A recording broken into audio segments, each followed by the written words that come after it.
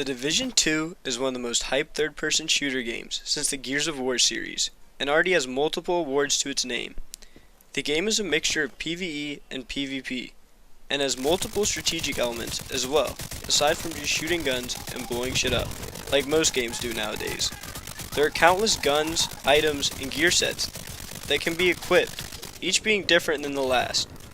You can use these gear sets to develop a character that perfectly fits your individual playstyle, which can be improved by using certain talents on your weapons and gear. You can use these gear sets to develop a character that perfectly fits your individual playstyle, which can be improved by using certain talents on your weapons and gear pieces, and by adding mods to various gear pieces as well. You can either play solo and go through the campaign at your own pace, or team up with up to 4 friends to take down hard bosses, and can have fun with each other while you're at it. But is the Division 2 right for you, and worth your time? Is the game fun? Will it fit your personal playstyle? These questions will be answered after an in-depth summary of the game, followed by an overall grade, so stick around to the end of the video for that. Before we start talking about the Division 2, we must revisit some events from the first Division. The Division takes place in New York City, following an outbreak of what will be known as the Dollar Flu, due to it beginning from the use of bills laced with the virus being circulated throughout stores and malls. The virus is extremely deadly and infectious, with only a handful of people being immune. As the virus spreads, various gangs emerge from the ensuing chaos. The city is overrun, leaving behind clues to the origins of the virus and countless civilians in need of aid. The United States government has no choice but to activate and deploy division agents, a group of highly trained, government-supplied agents who are prepared to go in disastrous areas at a moment's notice. The division slowly takes back the city and eliminates the various gangs throughout it, eventually defeating a private militia known as the LMD, who are trying to take control of the city for themselves. The scientist, who had made advancements towards finding a cure to the Dollar Flu, is seemingly safely recovered from the LMD, but is then later recaptured, taken to an unknown location, with all of his research going away with him. After this, the creator of the virus is discovered, but has already fled and avoids capture. The game leaves off with information that the virus has spread to all the major cities along the East Coast. Now on to the Division 2. The Division 2 begins with a decent character customization screen, and then begins the story after this is finished. The story starts with the Division base of operations under attack by an unknown group. After a short tutorial, your agent is then informed help is needed in Washington, D.C., which is where the Division 2 takes place, in the middle of a firefight, causing your agent to leave immediately to help.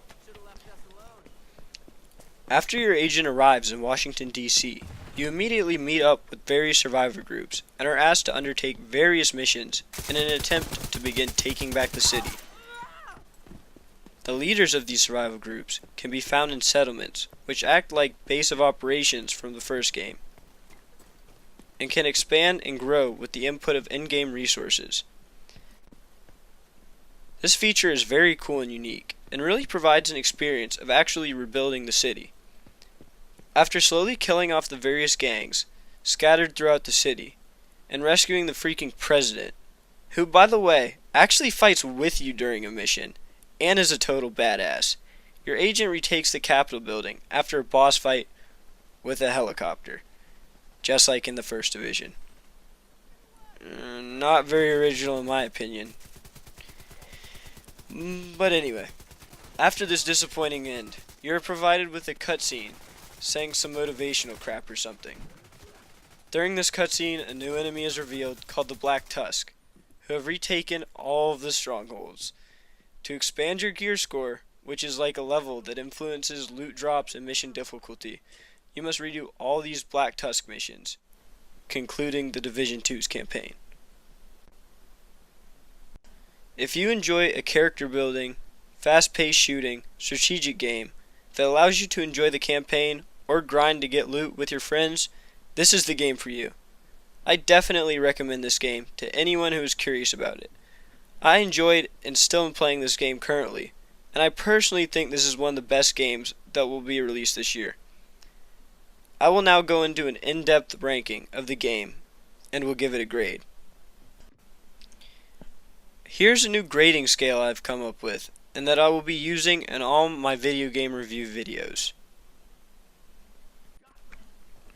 Now onto the graphics, audio, and voice acting section. The graphics in this game are beautiful, especially when on max graphics settings. The environment is also destructible in some way in most areas, and still looks great. The sound effects are very immersive as well, and provide the player with a really good experience while playing. The voice acting in some parts of the game, though, is very mechanical and stiff, and sounds weird sometimes. In this section, it gets an 18 out of 20. Now onto the gameplay, story, and what you can do after the campaign. The gameplay is extremely smooth and enjoyable, and the free roam aspect lets you explore and discover in your own way. The story is decent. It is well made, but seems to not be extremely different from the original. There is not a shortage of things you can do after the campaign though, including raids, PvP, exploring new parts of the map, like the Dark Zone, and farming loot. In this section, it gets an 18 out of 20 as well. Now onto the originality, repetition, and new ideas section. While The Division 2 is a very original concept, it doesn't differ a lot from the first game. The missions in Division 2 are similar, but not copying the missions from the original Division. The missions are unique and well made. The game is very similar to the original, but also introduced 3 special classes that include a special weapon that can be equipped to complement a player's playstyle. In this section, it gets a 16 out of 20. Now onto the character customization, playstyle support, and gear variety section. The first character customization screen is decent unless you customize your character well enough, but isn't extremely adverse. The game allows the player to play the game however they want and provides many types of weapons and gear to fit their playstyle. The gear in this game is extremely diverse and can have unique talents and abilities equipped to it. The game offers countless guns and skills as well. In this section, it gets a 19 out of 20. Now onto the problems and difficulties section. This is the game's weak spot. From the release of this game to now, there have been problems, and a lot of them. Some skills didn't work at all on the release date, and are still having problems now. Things like these make gameplay even more difficult. Also, the complexity and abilities of gear and gear sets can be very strange and hard to understand for new players. In this section, it gets a 14 out of 20. This brings the Division 2's total score to 85 out of 100, a very good grade. Hey guys, what's up? I hope you enjoyed the video. You're gonna be seeing a lot more stuff like this on my channel from now on. I enjoyed making it a lot. These are really good practice videos. I'm thinking of doing them on maybe one on GTA 5, Destiny 2, Borderlands 3 when it comes out. They're just really good at helping me,